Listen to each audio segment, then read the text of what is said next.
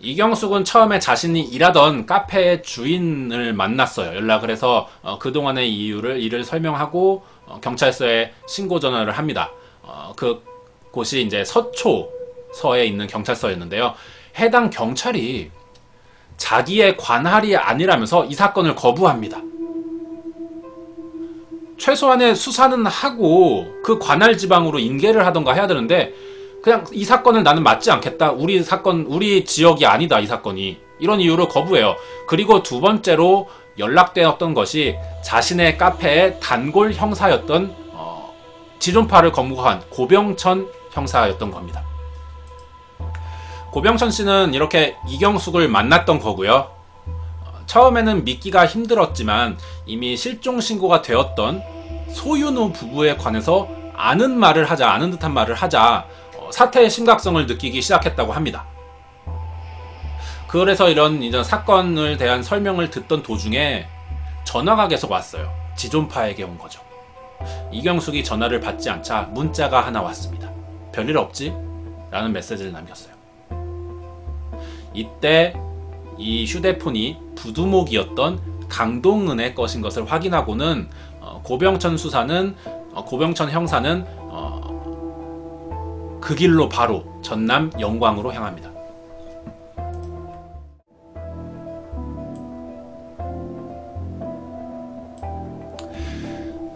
이 씨가 말한 이 지존파의 아지트는요, 분홍색으로 페인트 칠된 집이었어요. 의외죠, 분홍색이라는 게. 왜냐하면 지하에서 이러한 끔찍한 살인 행위가 벌어지고 있다는 것을 숨기기 위해서 위장을 한 겁니다. 지존파는 경찰의 출동에 대비해서 고병철 형사가 가보니까요, 집 주변에 다이너마이트까지 설치해 놨다는 거죠. 그래서 섣불리 접근을 할 수는 없었고요. 고 씨와 함께 출동한 형사들은요, 주변에서 잠복에 들어갑니다. 안에 있는 것 같아요. 하지만 먼저 들어갈 수는 없었어요. 위험했기 때문에. 그래서 주변에서 잠복합니다. 나올 때까지. 날이 밝아오자 지존파 일당 중 강동은이 차를 타고 아지트를 빠져나옵니다. 고 씨는 얼굴을 확인하기 위해서 마주보는 방향으로 차를 운전했어요. 이 순간 눈치를 챈 강동은이 도주하기 시작합니다. 그러자 고 씨는 그대로 차를 들이받아서 정지시켰어요.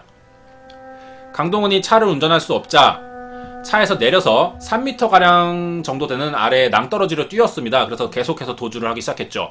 고 씨도 함께 뛰어내렸고요. 추적을 했고 결국 붙잡는 데 성공합니다. 붙잡힌 강동은은 그 자리에서 모든 범죄 사실을 자백하기 시작합니다. 최초로 잡힌 범인이 강동은이에요. 이제 남은 범인들을 잡아야 되겠죠. 자, 어떻게 해야 될까요? 이 상태에서 만약에 시간이 지체되면은 남은 조직원들은 강동은이 잡혔다는 걸 알 거예요. 그러면은 흩어지겠죠. 더 잡기가 힘들어질 수가 있습니다. 빨리 다음 범인들을 잡아야 했어요. 자, 의외로 1시간도 걸리지 않고 모두 체포할 수가 있었는데요. 고 씨는 강동은을 이용해서요, 유인 작전을 계획합니다. 강동은은 지존파에게 연락을 하는데 사실 지존파가 아니었던 거죠. 경찰이 강동은인 척 속이고 전화를 했던 겁니다. 자, 고 씨는 서울에서 있었던 형사였기 때문에 서울 말을 사용하면 들킬 염려가 있으니까 현지 경찰에게 부탁을 했습니다. 그래서 현지 경찰이 사투리로, 그 지역 사투리를 이용해서 강동은인 척 전화를 했었어요. 차 사고가 났으니까 안에 있는 짐들을 챙기러 와달라라는 내용의 통화를 성공했습니다. 그리고 주변에 잠복했죠. 전화를 받았던 지존파 일당은요, 현장으로 모두 달려왔고요. 그 자리에서 전원 검거하는 데 성공합니다. 검거 후에 서울로 이동하니까 이미 기자들이 바글바글하게 와 있었답니다. 당시에 외국의 기자들도 와 있었는데요. CNN까지 와서 취재를 했었다고 해요. 왜냐하면 이 사건 자체가 당시에 지존파처럼 이런 집단을 이뤄서 계획살인을 하는 범죄 조직이 아주 세계에서도 찾아보기 힘든 케이스였기 때문이죠. 지존파를 검거한 경찰과 기자들은요, 이들이 과연 어떤 사람들이고 어떠한 이유로 이런 잔혹한 범죄자가 되었는가가 궁금해지기 시작했고, 지존파의 인원들이 어릴 적에 어떠한 성장 과정을 보냈는지를 알아보기 시작합니다. 김기환, 지존파의 두목입니다. 전라남도 영광군 출신이고요. 범행 시작 당시 26살이었어요. 김기환의 이제 성장 과정을 좀 보니 3살 때 아버지가 사망을 했었대요. 그리고 어머니는 몸이 불편해서 일을 할 수가 없었답니다. 대신에 겨우 9살이었던 누나가 이 집의 생계를 위해서 파출부를 시작했을 정도로 가난한 집에서 태어났습니다. 어릴 적에 학교에서 밥을 자기는 먹고 왔다면서 자기 가족의 형제들에게 음식을 양보할 정도로 정이 많았었고요. 초등학교 6년 내내 우등상을 받기도 했고 반장을 한 경험도 있습니다. 생활기록부 행동발달 사항에서는요, 지도력이 강하고 그부를 잘 통솔하며 간섭이 심한 편이라고 했습니다. 이렇게 기록이 돼 있어요. 이런 걸로 봐서 김기환은 모범생이었지만 가난으로 인한 상처가 있는 사람이었구나 라는 것으로 보입니다. 법정에서 최후 진술을 했을 때요, 초등학교 때 미술 시간에 크레파스 살 돈이 없어서 가져가지 못했더니 담임 선생님이 하는 말이 그러면 친구들 것을 뺏어서라도 가져왔어야지 않냐 라면서 혼내기 시작했고, 김기환의 옷을 벗긴 뒤에 수업 시간 내내 복도에 서서 벌을 준 적이 있습니다. 이게 김기환이 이러한 지존파를 결성했던 아주 결정적인 계기가 되었다라고 자기가 이제 말했었고요. 자기는 그 뒤에 선생님이 가르친 대로 인생을 살았을 뿐이다 라면서 자기의 범죄를 정당화하는 말을 했습니다. 중학교 시절에도 우수한 성적을 유지했어요. 운동 능력도 좋았고 글짓기 실력도 우수했다고 합니다. 그런데 중학교 생활기록부 상에는 준법 정신이 좀 낮다라고 기록이 돼 있었거든요. 중학교 2학년 때 엄마가 이제 중풍으로 쓰러지시고 형마저 병에 걸리자 학교를 자퇴하면서 돈을 벌기 위해 부산으로 떠난 적이 있어요. 부산으로 내려간 후에 가장 먼저 취직한 데가 신발 공장이었습니다. 월급의 대부분은 어머니에게 보냈고 중단할 수밖에 없었던 학업에 대한 미련이 남아 있었대요. 그래서 틈틈이 공부를 하면서 검정고시 준비도 했답니다. 그 후 몇 년간 이제 석탄 공사 잡부 일을 하거나 공사판들을 왔다 갔다 하면서 이제 안 해본 일이 없을 정도로 성실히 일을 했답니다. 그런데 형편이 나아지지가 않는다는 거예요. 그래서 이러한 현실에 좌절하고 검정고시 준비도 그만두고 직장도 그만둔 뒤에 고향집으로 돌아와서 가족들과 다시 지냅니다. 그 와중에 이제 도박에 빠졌었고요. 도박빚도 지게 되면서 현실에 대한 이제 불만과 증오감이 생기기 시작했고 지존파를 결성하게 됩니다. 강동은 부두목이에요. 김기환의 초등학교와 중학교 후배였다고 합니다. 이미 아는 사이였다는 거죠. 넉넉하지는 않았던 집안 형편과 형제가 많았던 탓에 부모님의 관심을 이렇게 좀 많이 받지 못하고 자랐었다고 합니다. 학창 시절부터 폭력적인 성향이 짙어서요, 이제 반 친구들을 자주 폭행했었고 학업에는 전혀 관심이 없었다고 합니다. 전형적인 문제아로 자랐었대요. 고등학교 재학 중에 고등학교 재학인 동창인 지존파를 같이 활동했던 문상록과 함께 이웃집에 벼 2가마니를 훔친 적이 있습니다. 그래서 절도 전과를 가진 적이 있어요. 이후에 뭐 밴드부에 가입해서 학교에서 취미를 붙여보려고도 했지만 선배들에게 가혹행위를 좀 많이 당했었답니다. 이게 심해서 그만둔 적이 있고요. 이후에 좀 방황을 했었고요. 결국 문상록과 가출을 해서요, 상경합니다. 그 후에 막노동 일을 시작하게 했대요. 돈을 좀 모아서 자기가 전과가 있으니까 이 전과를 좀 삭제하기 위해서 불법이죠. 변호사에게 1,500만 원을 주었다가 이 돈을 떼인 적이 있답니다. 변호사에게 사기를 당해서요. 그래서 이 강동은은 부유층에 대한 적개심이 생겼답니다. 이때부터. 그리고 경제적 여건이 나아지지 않자 귀향해서 고향으로 돌아와서 도박에 빠지기 시작했어요. 이때 김기환을 다시 만나게 되면서 조직에 합류했던 거죠. 강동원은요, 주로 이 지존파라는 조직원들을 처음에 적극적으로 모았었다고 합니다. 김기환에게, 두목인 김기환에게 문상록, 백병옥, 강문섭 등을 소개하는 등 초반에 아주 적극적인 자세를 보였습니다. 고등학교 중퇴를 했지만 학창 시절부터 사실 폭력적인 성향은 계속해서 짙었었고요. 조직의 부두목이 되는 등의 사실 좀 겉보기에 범행에 적극적이었을 것 같죠. 하지만 사실 소심한 성격이었대요. 그래서 거의 김기환에게 범행을 지시받아서 나머지 조직원들이 실행할 수 있도록 전달하는 역할만 했었고요. 범행에 적극적으로 가담하지는 않았었습니다. 첫 피해자였던 최미자 양 살해 후에 죄책감이 시달려서 한동안 다리를 부상으로 핑계를 대고 혼자 지낸 적이 있었고요. 소각했었던 소윤호 씨 부부 살해 당시에도 자신은 지시만 하고 절대 가담하지 않았었습니다. 다음이 김현양이에요. 지존파의 행동대장이죠. 가장 적극적이고 가장 잔인한 살인을 했던 사람입니다. 김기환과 조직의 영향을 가장 많이 받은 인물이고요. 검거 당시에 입대를 앞두고 있던 남동생과 미성년자였던 여동생이 있었어요. 12살에 중국집을 운영하고 있었는데 아버지가 간암으로 사망합니다. 그래서 가세가 기울기 시작했고 김현양도 이제 어린 시절에 가난한 생활을 했었죠. 그리고 어머니는 소아마비가 있었대요. 그래서 몸이 불편했기 때문에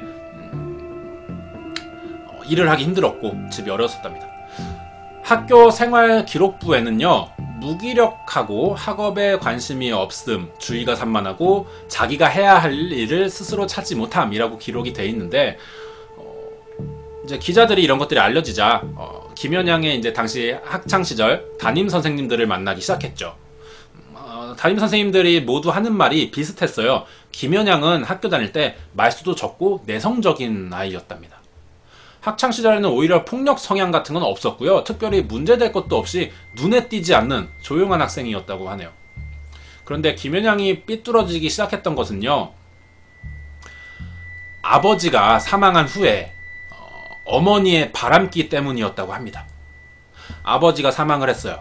그런데 밤마다 엄마의 방으로 아버지 친구들이 들락날락 거리기 시작했답니다.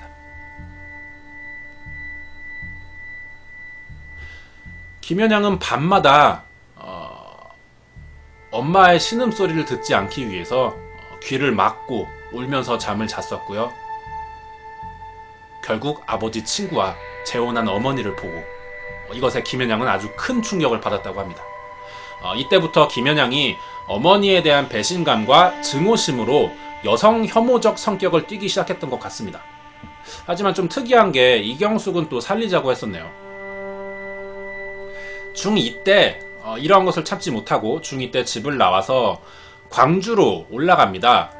이때 그 주변의 거린들에게 잘못 걸려서 앵벌이를 시작했대요. 그리고 도중에 자기가 서울로 도망가면서 어떤 신문팔이, 재화점, 직공, 술집 웨이터 일들을 했었고 혼자 타지에서 생활을 오래 하다 보니까 외로움을 느꼈대요. 그래서 다시 가족이 보고 싶어서 고향으로 내려갔는데 이미 어머니에게 새 남편이 또 생겼답니다. 재혼을 또 한 거예요. 이것을 보고 다시 집을 나오기 시작합니다. 김현양은 다시 집을 나와서 몇 가지 장사를 했지만 모두 실패해요. 그러던 도중에 아는 사람으로부터 김기환을 소개받고 조직에 가담했습니다. 김현양은 지존파에 합류한 뒤에 아주 높은 폭력성을 보이면서 김기환과 조직에 대한 높은 충성심과 동시에 행동대장으로 모든 범행에 아주 적극적으로 가담했으며 체포 후에도요, 인터뷰 보이시죠? 태연하게 웃는 등 아주 충격적인 발언들을 여러 번 합니다. 김현양은 촬영 중인 기자의 카메라에 대고요, 나는 인간이길 포기하기 위해 식인을 했으며 부자들을 다 죽이지 못해 아쉽다라는 말을 했고요. 마지막 이 지존파의 마지막 계획은요, 경찰서를 습격해서 경찰관을 죽인 뒤에 이 총기들을 탈취해서 MBC 방송국까지 습격할 계획도 세웠었다고 합니다. 하지만 붙잡혀서 이것들은 이루어지지 않았죠. 이때 더 못 죽인 게 한이 된다. 자기가 MBC 한번 가보는 게 소원이었는데 못 가게 됐다. 라는 말을 했습니다. 문상록입니다. 고등학교 재학 중에 친형과 아버지가 사망했어요. 그리고 어머니와 남동생을 부양하기 위해서 학업을 중단합니다. 그리고 강동은과 함께, 강동은과 친구죠, 막노동 일을 시작했어요. 고등학교 생활 당시에 생활기록부에는요, 학습에 흥미가 없고 우발적 행위가 우려된다. 그리고 자기 억제를 하지 못함이라고 적혀 있어요. 충동 조절 장애를 겪었던 것으로 보입니다. 1991년에 입대했지만요, 다쳤나봐요. 의가사 제대를 한 뒤에 강동은과 다시 만나게 되었고, 특수 절도로 감옥에 갔을 때 김기환과 알게 되면서 조직에 가담합니다. 김연양과는 사이가 좋지 않았어요. 이유가 이제 행동 강령에 있었던 여자를 믿지 말라던 규칙을 김현양이 어겼었기 때문이죠. 이경숙을 살리면서. 그래서 둘이 주먹다툼을 했었고, 체포가 될 때까지도 둘이 사이가 좋지 않았다고 합니다. 강문섭, 고등학교 중퇴. 어릴 때 부모님이 이혼을 해서요, 고모의 밑에서 자라게 됩니다. 얼굴에 지금 화상 흉터가 있죠. 이것 때문에 학창시절 때 좀 놀림을 많이 받았대요. 그래서 학교 다닐 때 좀 계속 우울하고 무기력한 게 지냈고요. 주의가 산만했었다고 합니다. 고등학교 1학년 때 장기결석을 하면서 제적당했어요. 그리고 서울로 올라가서 술집 웨이터 생활을 하다가 문상록의 소개로 강동은을 알게 됩니다. 그리고 김기현을 만났던 거죠. 그래서 지존파에 가담합니다. 검거 후에 물어보니 범행 동기가 자기 얼굴에 난 화상 흉터를 없애는 성형수술 자금을 마련하기 위해서라는 진술을 한 적이 있습니다. 조직에서는 이제 나이가 어렸거든요. 그래서 백병옥과 함께 서열 최하위에 있었고요. 범행을 주도적으로 하지는 않았고 주로 뒤처리 담당을 했었다고 합니다. 백병옥, 다른 조직원과는 다르게 양 부모가 모두 온전한 관계였습니다. 매우 가난한 가정에서 자라긴 했대요. 지존파에 가담한 이유가 자기가 돈을 벌어서 부모님께 효도하고 싶어서 라고 밝혔습니다. 특수 강도로 수감되어 있었었는데요. 지존파에 이제 가담하기 전에 전과가 있었으니까요. 그때 교도소에서 강동은과 친분을 맺어서 김기환을 소개받습니다. 범행 시 주로 맡았었던 역할이 이제 범행 대상을 물색하는 그 차량의 번호판을 탐색하는 일이었다고 합니다. 송봉은인데요. 이제 지존파가 잡히고 나서 이제 유골이 발견된 거죠. 첫 범죄 후에 조직원들에게 살해되면서 불태워졌었고요. 땅에 묻혔죠. 시신은 지존파 체포 후에 발굴됩니다. 고등학교 중퇴 후에 조직에 합류합니다. 가장 첫 범죄가 이제 최미자 양을 먼저 강간을 처음 시도했던 게 송봉은이에요. 이때 이제 조직원들이 이 일을 알고 김기환이 살인 연습으로 최미자를 살해했던 거죠. 자신의 욕망으로 무고한 사람이 희생당했다, 살해당했다라는 죄책감이 들어서 지존파를 이탈해서 도망가던 도중에 붙잡혀서 김연양에게 살해됩니다. 다음은 이경숙인데요. 사실 이경숙은 가명이에요. 이경숙은 가명이고 현재 죄를 다 받아서 출소했고 평범하게 살고 있습니다. 그래서 실명을 사용하지 않을 거고요. 사진도 공개하지 않겠습니다. 범행 가담자이자 피해자가 되고요. 신고 제보자도 됩니다. 술집에서 일하던 여성이었죠. 김연양이 조직의 뒷바라지와 살림을 할 수 있는 여성이 필요하다라는 이유로 살아남아서 억지로 강제로 지존파에 가담했었고 2번의 살인을 돕습니다. 체포가 되었을 때 강동은이 유독 이경숙에게는 죄가 없으니 선처해달라라는 말을 여러 번 되풀이한 적이 있어요.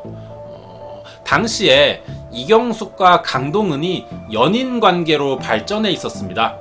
그리고 이경숙은 강동은의 아이를 임신한 중이었어요. 좀 비정상적이죠, 이게. 왜 이런 일이 생겼을까 생각해보니까 이경숙은 아마 며칠간 지존파와 같이 생활을 하면서 이들의 어렸을 적 이야기와 어떤 이런 힘들었던 이야기, 자기들이 왜 이러고 있는지에 대한 이야기들을 들었을 거고요. 아마 이동안의 어떤 스톡홀름 신드롬이 좀 작용하지 않았나 이런 생각을 해볼 수가 있을 것 같습니다. 이들은 지존파 일당은요 이경숙 외에 전원 사형되었어요. 1995년 11월 2일에 체포된 지 2달 만에 이제 아주 빠르게 사형이 집행되었습니다.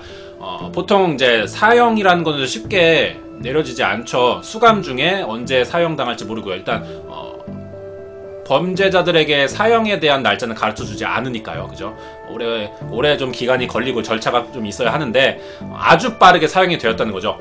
워낙에 잔인한 집단 범죄자들이었기 때문에 이 당시에 아주 전 국민이 정말 큰 충격을 받았었거든요. 그리고 어떤 이런 것을 동반한 사회적인 영향까지 모두 고려한 판결이었을 거고 그리고 이들은 그리고 무고할 가능성 혹시나 죄를 잘못 씌웠다라고 생각할 수 있는 가능성도 전혀 없었기 때문에 아주 신속하게 집행이 이루어졌다라고 보입니다. 이경숙은 유일하게 살았어요.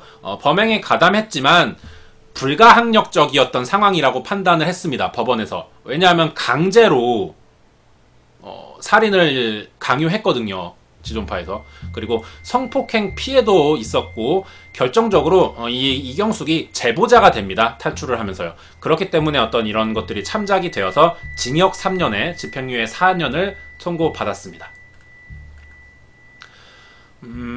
모든 사건은 종결이 됐고요. 사실 연쇄 살인 범죄 같은 것들의 경우에 범인이 진술했던 내용 외에 숨기고 있었던 혹시 추가 범행이 있는지를 의심해야겠죠. 체포 후에요. 지존파가 사용하던 차량에서 유골가루가 담긴 비닐봉지를 발견합니다. 근데 이것이 또 다른 피해자의 것일 수도 있다라는 생각에 경찰이 추가 조사를 했어요. 근데 이것을 가지고 김기환 두목은요 돌아가신 자기의 아버지의 것이다 라고 주장을 했지만 사실 특별한 단서를 얻을 수가 없었고요. 정확히 이 유골가루가 누구 건지 신원을 확인하지 못해요. 그리고 1994년 4월 5일 강릉에서 일어났었던 신원 미상의 38세 여성 토막살인과 8월 28일 대관령에서 발생한 교통사고 위장 타살 사건들이 있었는데 이 범행 두 가지 사건의 범행 수법이 이 지존파가 그동안 했던 사건과 유사점이 있었습니다. 그래서 이것에 대한 추가 조사를 했지만 연관점을 찾지 못했어요. 그리고 수사가 빠르게 종결돼 버립니다. 이것에 따라서 이 워낙에 이 큰 범죄가 있었는데도 불구하고 경찰들이 좀 빠르게 급하게 수사를 종결시킨 것이 아니냐 하는 비판이 있기도 했습니다. 그리고 이 사건의 여파로요, 이후에 조직적인 범죄 살해 사건이 좀 늘어났습니다. 그리고 지존파를 모방해서 결성했던 마카파라는 조직이 등장하는 계기도 되었습니다. 최종 사형 판결을 받은 뒤에 이들은요, 종교에 귀의해서 누구보다 독실한 기독교 신자가 되어서 평온한 마음으로 죽었다고 합니다.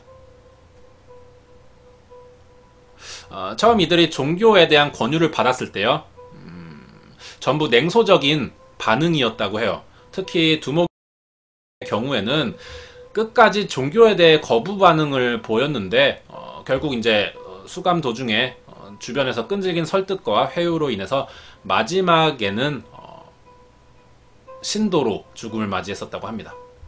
특히 이제 자신의 엄마를 못 죽인 게 한이 됐다, 인육을 먹었다 등의 진술로 사람들을 경악하게 만들었던 아주 악질 중에 악질이었습니다. 그 중에서도 김현양이 교도소에서 가장 성실하고 신앙심이 깊은 기독교 신자가 되어서 수많은 범죄자들을 전도하고 사형에 집행됐다고 합니다. 실제로 김현양은 기독교 신자가 된 뒤에 나의 장기를 기증해서라도 마음의 죄를 덜고 싶다라는 말을 했지만요, 사형 집행 직전이 가자 이것들을 취소합니다. 겉으로만 회개한 척을 한 것으로 보이고요. 이들이 아까의 성장 과정을 봤지만 좀 불우하고 좀 안타깝다, 불쌍하다는 생각도 들 수는 있을 것 같아요. 하지만 이들을 동정을 해서는 안 됩니다. 어쨌든 죄는 죄고 너무나도 그 죄 중에서도 악질적인 잔혹한 범죄였기 때문에 이들은 사형이 되는 게 맞았다, 올바른 판결을 받았다라는 생각이 들고요. 이들이 살아온 환경이 불쌍했지 이들의 범죄가 불쌍한 건 아닙니다. 그렇죠. 이들은 토막살인, 성폭행, 인육, 사체 소각, 절단, 토막살인까지요. 다양한 극악무도한 범죄들을 모두 저지른 집단이에요.